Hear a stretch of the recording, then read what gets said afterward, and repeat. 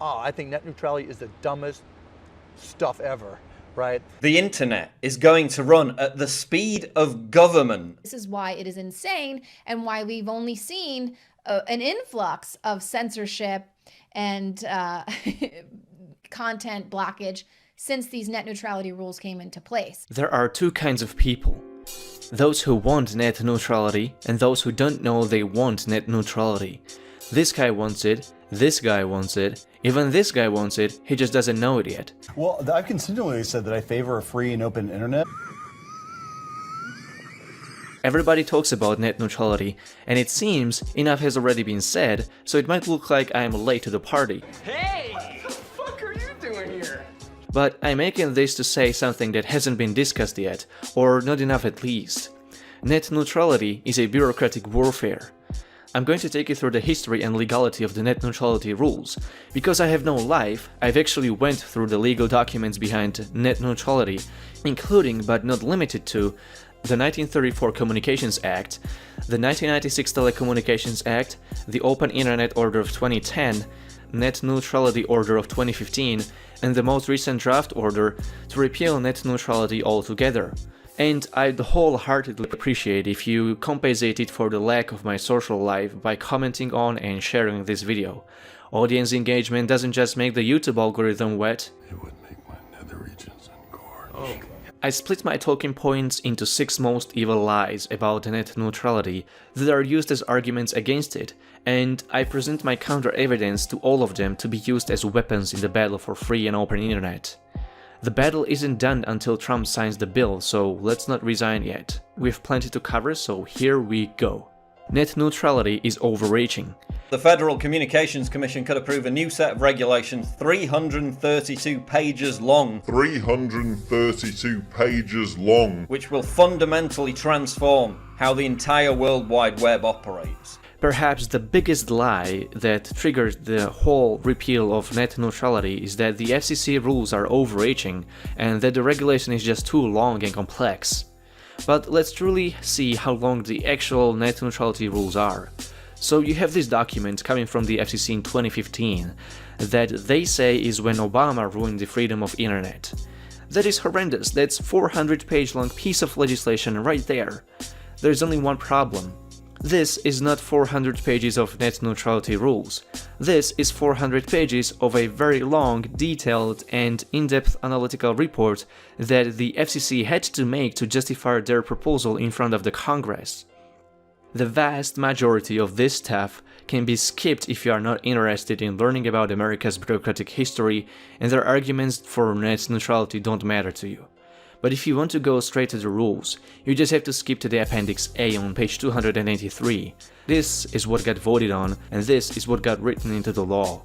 This is the very regulatory bit. The rest of this document has probably nothing to do with being a regulation. So let's count together how long this horrendous net neutrality regulation really is. 1, 2, 3, 4, 5, 6, 7, 8. And that's it. 332 pages long. To put it into a perspective, the Communications Act that established the Federal Communications Commission in 1934 and gave this reptile a job is 333 pages long, and the 1996 Telecommunications Act is 128 pages of pure regulation. And to get even bigger picture on this, the actual net neutrality rules don't even span over the full 8 pages. They barely cover more than half a page of text. There are only 4 short legal paragraphs describing the rules of no blocking, no throttling, no paid prioritization, and no unreasonable interference or disadvantage standard for internet conduct. So the argument that the net neutrality rules are just unnecessary micromanaging over-the-line regulation that needs to be cut off is just a big, big lie. Pi's proposal straight out deletes all of the net neutrality paragraphs, which cuts the regulation by impressive 6 pages. You went full retard, man. Never go full retard. Net neutrality isn't necessary. Here's the thing. This is not even an issue anymore. When it was an issue, Netflix, Verizon and Comcast got together, made a deal, and it was resolved. You know, as something normally happens in what we call the free market. The commercial internet started off telephone networks, which were tightly regulated and barred from any unreasonable blocking, interference, or preference in content, services, applications, and devices.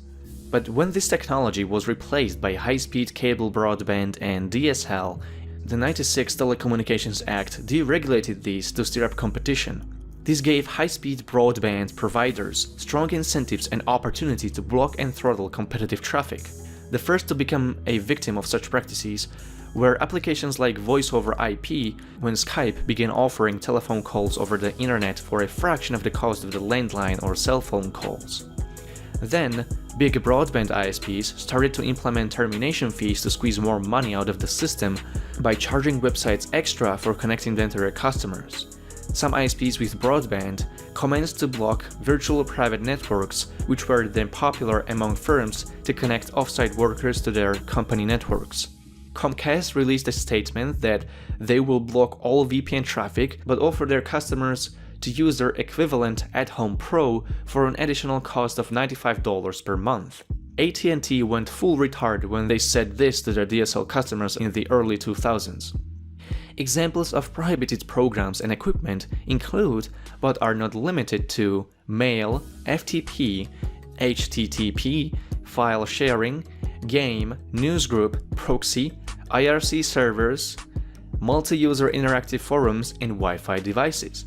Customers shall not connect the service or any AT&T broadband equipment to more computers either on or outside of the premises than are reflected in the customer's account with AT&T broadband.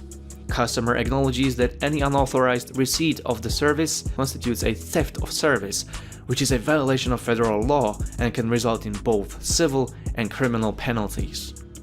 Throughout 2011, Verizon was blocking Google Wallet, which almost caused the mega behemoth to kill their project.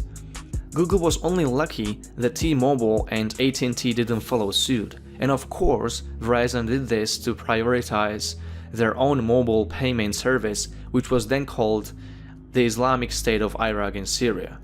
And then there is this whole Netflix versus Verizon saga. When you subscribe to Verizon broadband, you technically didn't get access to the internet. You are paying for access to Verizon's network. Verizon, invisibly to you, makes deals with other bandwidth providers and edge providers to exchange the traffic. But because they have such a monopoly on end users, Verizon has the position to blackmail edge providers into higher costs for exchanging the traffic between them and their customers. There's a lot of politics behind the closed doors. When Verizon had a beef with Netflix, it was because Netflix was competing with Verizon's Redbox Instant, and they wanted their customers to have better experience with Redbox rather than Netflix without actually making a better service. In the end, Redbox Instant shut down after 19 months since its release because Verizon did a shitty job at offering a good service and preventing criminal abuse. Literally, criminals used Redbox subscriptions to verify stolen credit cards. So when the ISPs start charging customers for access to entertainment packages, the reality is that it doesn't matter how much you pay Verizon for better broadband speeds. Verizon wants to be a gatekeeper for edge providers to their customers so that they can be the ones controlling the exchange of internet traffic. These deals depend solely on Verizon's business model and anti-competitive network management practices. No amount of your consumer money and begging is going to influence how Verizon treats internet traffic. Which leads me to predict that this whole model of internet subscription packages that we so fear after the repeal of net neutrality won't even be feasible in the long run. That's because ISPs simply won't be able to blackmail edge providers into paying more and ask customers to pay extra to access social media and online video at the same time, while breaking promises made to both, which would make the Federal Trade Commission to step in out of antitrust. They'll either have to choose one, or they'll straight out give you a tightly limited ISP filtered version of the internet, where all you'll be able to access are your ISP products and affiliates. So instead of accessing the internet, we'll all be accessing Verizon, AT&T, Comcast, or T-Mobile intranets. Welcome to the desert of the real. Number 3. Net neutrality is unprecedented. It didn't exist before Obama. But it's a far leap from that kind of light touch regulation that the Clinton administration endorsed in the mid-90s to the heavy-handed regulation, which would put the government in the position of deciding how the entire internet operates.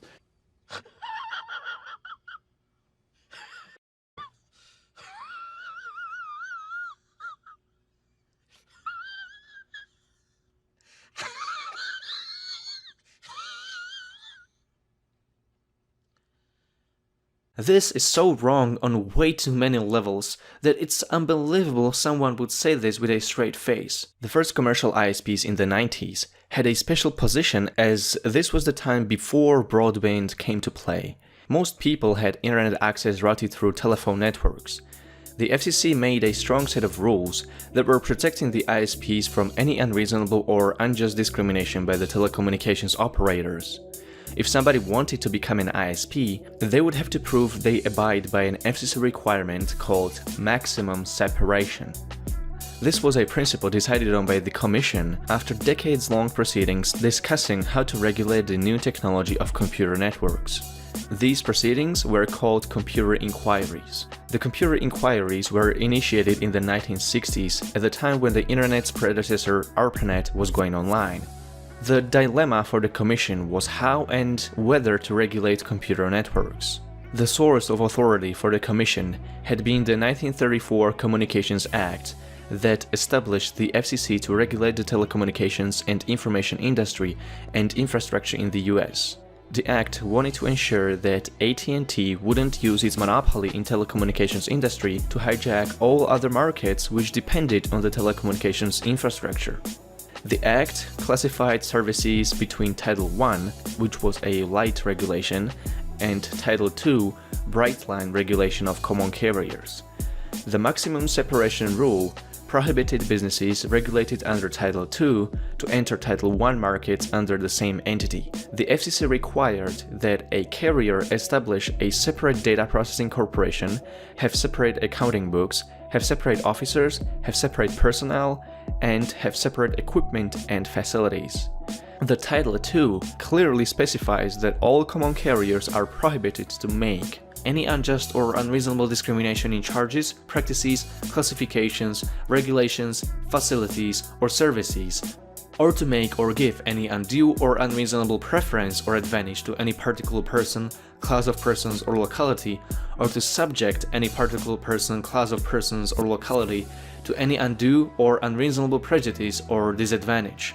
The FCC was then free to define the specifics of what's reasonable and what isn't, what's a just practice and what's a discrimination. But the most important aspect was defining which providers of what service should be classified as common carriers and follow the Title II regulation. Of course, the regulators of 1930s weren't thinking about the commercial internet invented by the very end of their century. Interpretation was necessary. And this is what started the bureaucratic warfare that had both principles for and against net neutrality developing alongside each other. The FCC wanted all traffic to be treated equally, while at the same time, they wanted to stir up competition and innovation that would boost America's economy. We have to remember that this was set deeply in the Cold War era, when the US's goal was to outcompete the Soviet Union. They couldn't allow their enemy to have any technological advantage over the US. Basing their reasoning on the authority of the Act, the FCC sought for a dichotomy of classifications, to differentiate between services that should be regulated and those that shouldn't. At first, they started looking at this from a technological standpoint. They identified communications processing as a basic service that should be regulated and data processing as an innovation, an enhanced service that should be left to the competitive market. Basic services were communications networks, and enhanced services were everything more built using the communications infrastructure. But this created odd problems.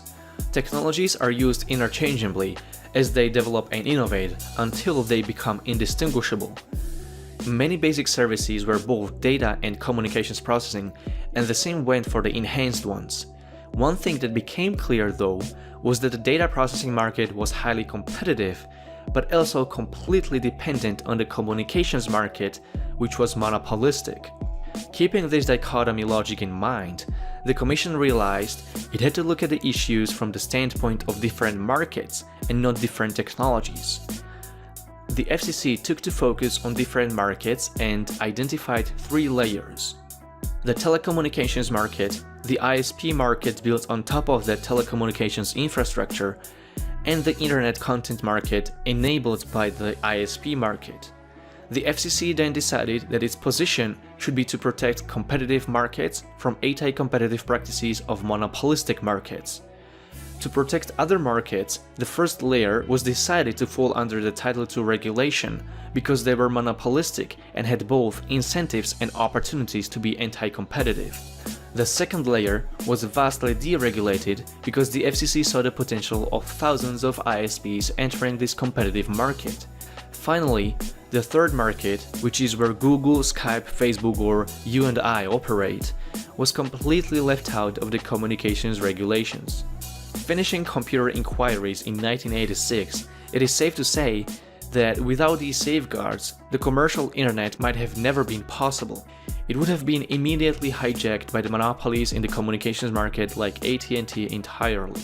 The principle that the FCC should regulate monopolies to protect innovation proved to be extremely successful for the 1990s internet.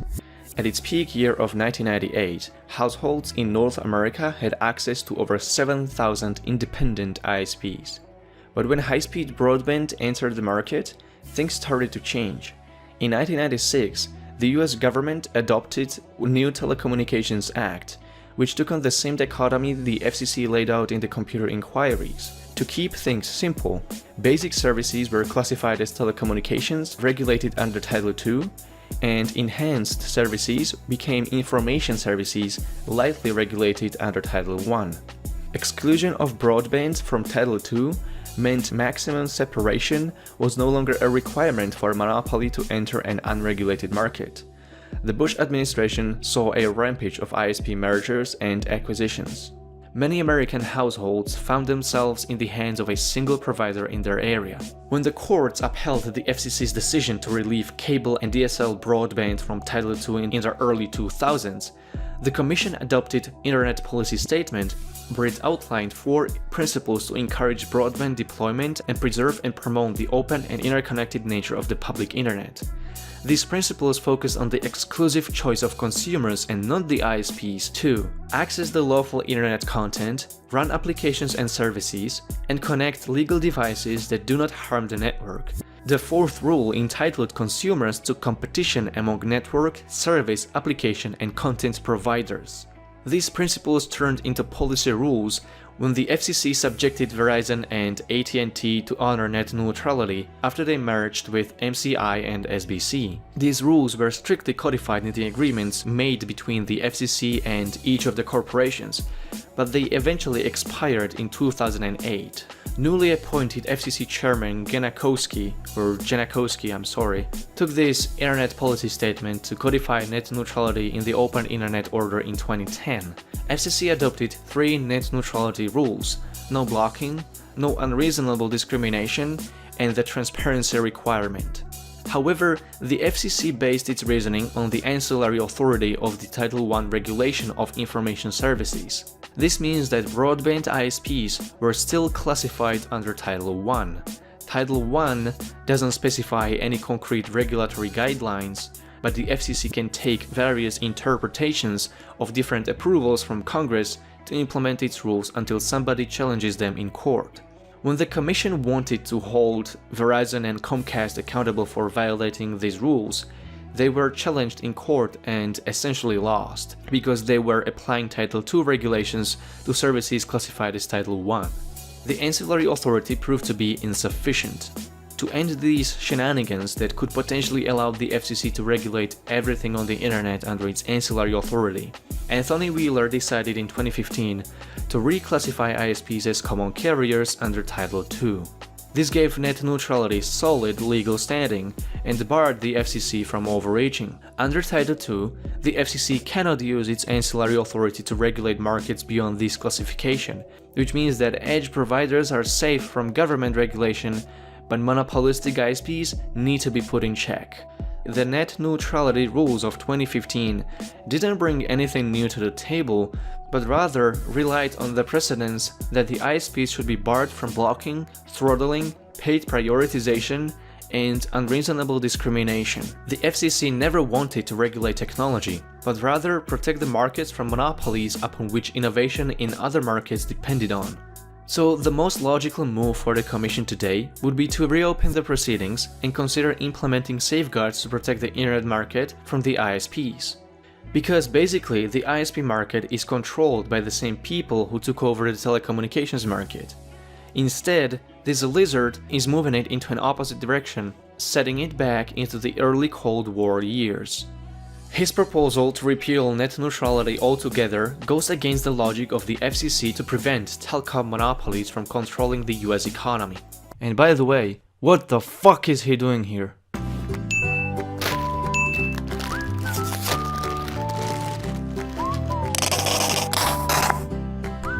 Quality. Are you selfieing or just... Yo, is this person fucking retarded? Yes! Number 4. Repealing net neutrality eliminates regulation. No, repealing net neutrality doesn't eliminate regulation. All it's doing is that it changes how the agency defines ISPs. It's a classification warfare. Yes, classification does affect how they approach things, but in legal systems, everything is about the right interpretation of the law. So for example, classifying ISPs under Title II to make them follow the net neutrality rules gives the FCC clear, bright lines on what it can and cannot do. But what's more is that the mere presence of these rules in the Title II doesn't necessarily mean the agency has to apply them at every instance. There is this clause about the public interest in the Section 10 of the Act, which kind of opens the room for more adjusted implementation of the rules. Likewise, classifying ISPs under Title I makes it look like the FCC has to regulate less, but then again, the law is interpreted differently depending on the agenda of those engaged. The Commission can take its ancillary authority that grants its permission to justify certain regulation based on principles set by similar preceding cases approved by the Congress. That's how some net neutrality rules used to be enforced before the reclassification of ISPs as Title II services in 2015. But what's more troubling is that the FCC sometimes relies too heavily on this ancillary authority to the point it can be much more dangerous than in cases under Title II regulations. For example, using broad and open definition in its previous orders, the FCC was giving itself enough legroom to pressure ISPs to enforce copyright law in their network management practices, which is of course a dangerous slippery slope because ISPs are best at transferring bits but not at interpreting the copyright laws. As the Electronic Frontiers Foundation warned in 2011, such regulatory practices could make ISPs expediently target traffic that could be regarded carrying infringing content. We know this would be a disaster because the UK has been doing this for a while now and it sucks. Not so long ago, the FCC tried to implement so-called broadcast flags that could have made it impossible for people to make digital recordings, make their own stations with hardware of their own choice, or burn digital content lawfully. This would have given copyright holders immense control over what people could and couldn't own, and could and couldn't do with technology they already own. Thanks to the digital rights advocates fighting this at the court, the judges ruled that the FCC lacked the authority to enforce this regulation, but if nobody challenges the Commission in court, they'll do whatever they want. Pai doesn't eliminate the FCC regulatory overreach. He just positions the regulation where it was found to be ineffective 5 decades ago. Number 5. Free market will take care of net neutrality. You know, we have something called competition, capitalism. Maybe you've heard of it. If an ISP was suicidal enough to do this, they would be out of business in a hurry. You're not even a real journalism. That's right. That's what the regulators thought in the 90s when they forgot to not allow big ISP mergers. This lie is the easiest to dispute. 86% of Americans had access to fixed broadband at top speeds of 25 megabits or greater, but only 37% of them had access to 2 or more providers. Only 3% of the US population could get those speeds on mobile, and all of them had only one choice of provider. 94% of Americans got at least 10 megabits as top speed for fixed broadband, but only 70% of them had at least one more option than Soviet Russia, which is a competition as strong as the possibility of an oligopoly forming between those providers. So the meaningful number is that only 28% of Americans who get at least 10 megabits have access to ISP competition of 3 or more providers. Mobile is doing somewhat better, but only for low speeds of 3 and 10 megabits or more. There is no free market competition of broadband internet providers in America. Most providers enjoy either a monopoly or a duopoly, which in either case sucks for both users and edge providers. Number 6. Net neutrality is a leftist issue. Pai is a Republican, appointed as the chairman of the FCC by Trump. The snake hates net neutrality so much that he took to call it Obama's heavy-handed regulation. The heavy-handed regulation was Obama-era regulations. As if Obama invented net neutrality, or as if net neutrality was somehow a leftist issue. Far from it. On February 8, 2004, then FCC chairman Michael Powell, appointed by Republicans, gave his For Internet Freedom speech, where he listed that users of the internet should have freedom to access lawful content, freedom to use applications, freedom to attach personal devices, and freedom to obtain service plan information. In other words, broadband internet access service providers shouldn't discriminate traffic based on content, applications, or devices, and that they should be transparent about their management practices. Sounds familiar? Following these principles, a North Carolina DSL provider was fined for blocking a voice-over IP program then called Vonage under the Bush administration in 2005. The computer inquiries were initiated under President Johnson and continued all the way to the Reagan's time. They're the ones that set the principle that the FCC should prevent monopolistic markets from harming competitive markets. The architect behind their Internet Policy Statement of 2005 was a Republican appointee and gave founding principles to the net neutrality rules in the Open Internet Order of 2010 under Obama. So no, net neutrality isn't a leftist issue, it isn't a rightist issue, it isn't a party line issue. This principle is so universal and fundamental as fuck! Are the net neutrality rules perfect? Probably not. There can still be some fine-tuning done, but no regulation is perfect, and presence of some debatable practices don't justify dismantling a regulation altogether. In a perfect world, we wouldn't even need the government to regulate ISPs. We'd have the free market. I'd always prefer to vote with my wallet than have a government agency somewhere deciding what's right and what's wrong for me. That's my default position when it comes to issues like this. But right now, there is no free market at the ISP level. Big ISP corporations were actively pursuing monopolistic position for over 2 decades now, so they'd get to this point where they could dictate everything to everybody. I see net neutrality as a temporary solution that should be repealed when and only when we develop a coherent strategy to bring back free market into the telecommunications and internet industry. This, however, is not achievable right now, given the limits of the infrastructure. It's hard to bring new providers into developed cities only to dig over infrastructure again. But there could be a possible innovation in the future that would allow more prudent internet access service that could really bring competition back to play. Until that time comes, let's stick together with this net neutrality as our social contract with the ISPs. If you made it here, congratulations, this is the end of the video.